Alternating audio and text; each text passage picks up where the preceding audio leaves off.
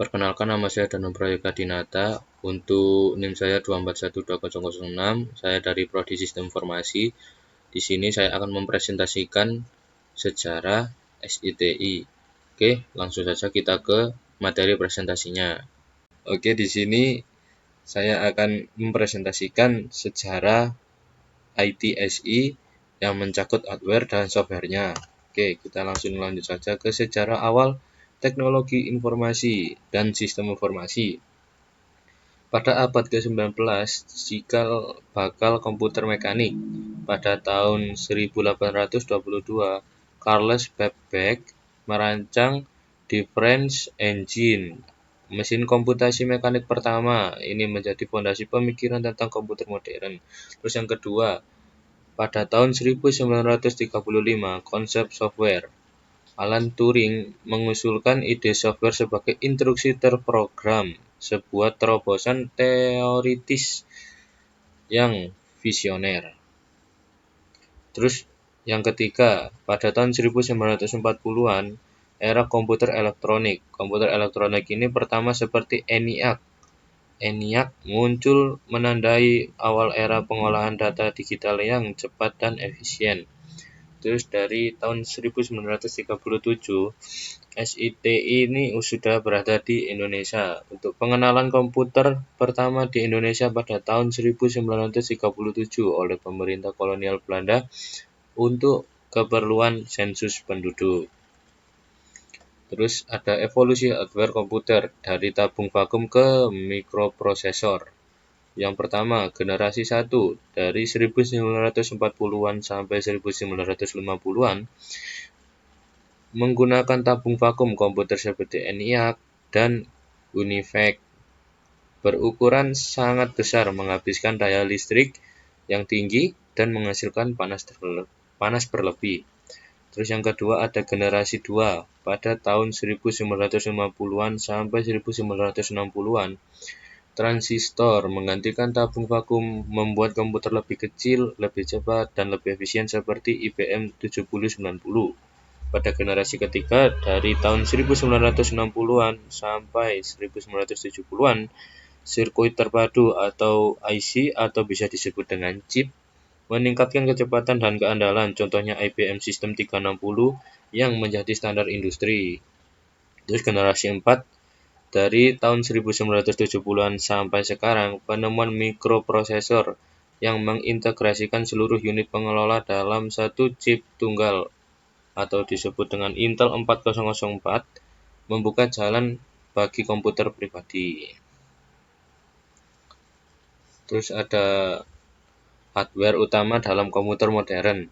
Terus yang pertama ada prosesor atau disebut dengan CPU. Otak komputer bertanggung jawab memproses instruksi dan data. Kecepatannya ini menentukan performa sistem. Terus yang kedua ada memori atau disebut dengan RAM.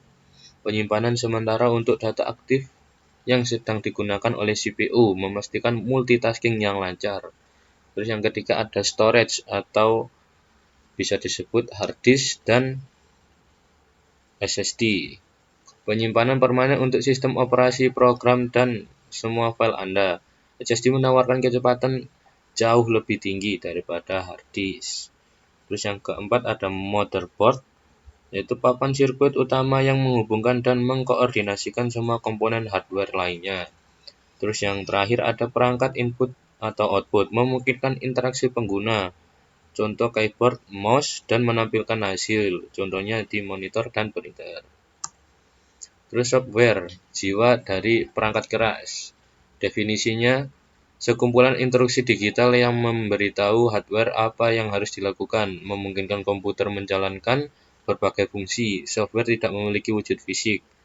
Untuk sejarahnya, meskipun konsepnya ada lebih awal, istilah software pertama kali dicetuskan oleh John Tukey pada tahun 1958. Teori awal tentang program komputer berasal dari Alan Turing pada tahun 1935.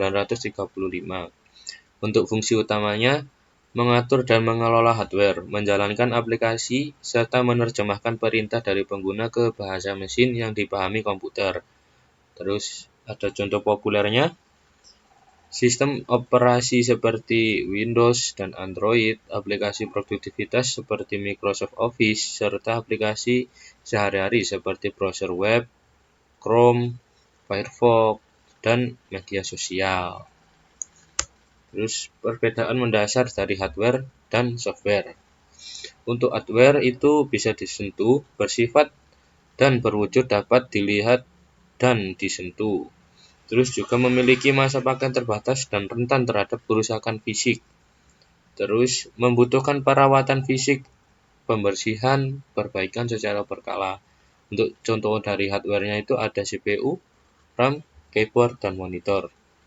Terus untuk yang software-nya ini tidak berwujud atau bersifat digital dan tidak berwujud berupa kode instruksi.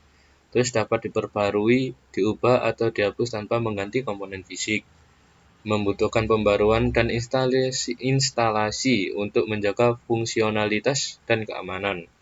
Untuk contohnya Windows, Photoshop, dan aplikasi mobile. Keduanya adalah sisi mata uang yang saling bergantung. Tanpa software, hardware hanyalah tumpukan komponen mati. Dan tanpa hardware, software tidak memiliki platform untuk dijalankan. Untuk sinergi hardware dan software mendorong revolusi digital. Hardware berfungsi sebagai fondasi fisik yang kokoh, sementara software adalah penggerak dan fungsi dan inovasi. Kolaborasi keduanya telah melahirkan revolusi digital yang mengubah cara kita hidup, bekerja, dan berinteraksi. Masa depan SITI atau ITSI. Perkembangan terus berlanjut ke arah kecerdasan buatan atau disebut AI, komputasi kuantum, dan layanan cloud, menjanjikan era baru komputasi yang lebih canggih. Terus menjadikan pengguna cerdas, memahami sejarah dan komponen ITSI, membantu kita menjadi pengguna teknologi yang cerdas, adaptif, dan bertanggung jawab di era digital ini.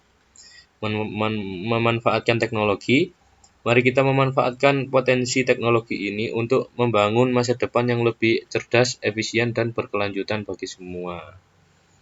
Baik, sekian dari saya. Kurang lebihnya saya mohon maaf, saya akhiri. Terima kasih. Wassalamualaikum warahmatullahi wabarakatuh.